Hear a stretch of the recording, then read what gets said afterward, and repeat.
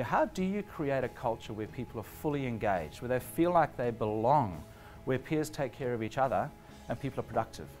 How productive can people be if they're coming into work going through depression, stress, anxiety and other stuff as well?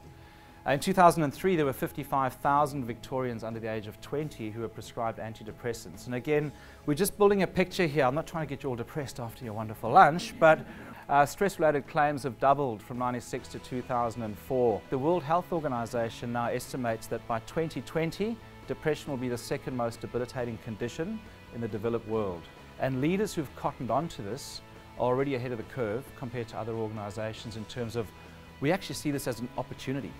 So last year in Queensland, an employee was jailed because his mate next to him was killed. And finally, the focus for managers really is about, again, stress claims, compensations, the penalties, the damage to your employer brand. Some of you may be familiar with websites like Job Advisor. There are a few others out there as well, glassdoor.com. These are websites where people talk about the companies they work for, either people who've left or people who are still working there, and they rate the organization and they rate the CEO. Mortgage pressure, relationship issues, substance dependence, and all this kind of stuff that's impacting their psychological well-being at work, their ability to concentrate and think. The notion of early warning signs is a massive one, just getting people's radar on to looking for it. Because everyone comes to work just thinking about themselves, what they've got to do, their idiot to cut them off in the traffic, their shopping list, their footy tips, their whatever. At what point are we looking for the early warning signs? And in hindsight, what would you say? But when you talk to people, how do you know that it's in place and how do you know that it's working? I personally believe that psychological safety really needs a standalone strategy of its own.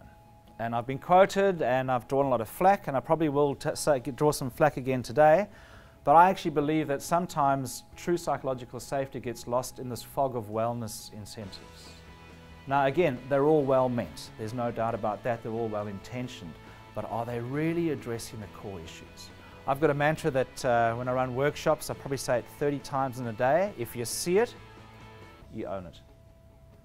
And what are our leaders willing to walk past? What are our leaders looking for? Are they even seeing them? What's the conversation that we need to have? 60% responded and said, I waste up to 4 hours every day at work being unproductive. 60%. When I went through my depression, I'd been on medication, I was seeing it, it wasn't helping. And I got to the end, and at that time I thought about where I grew up. My parents were missionaries in Africa. I started thinking about the villages, and then that's when it hit me. Why is it that people who live in villages in the third world who have absolutely nothing find it so much easier to be happy than we do in the West? And the core that sits for me in terms of happiness is three things: community, purpose, and gratitude.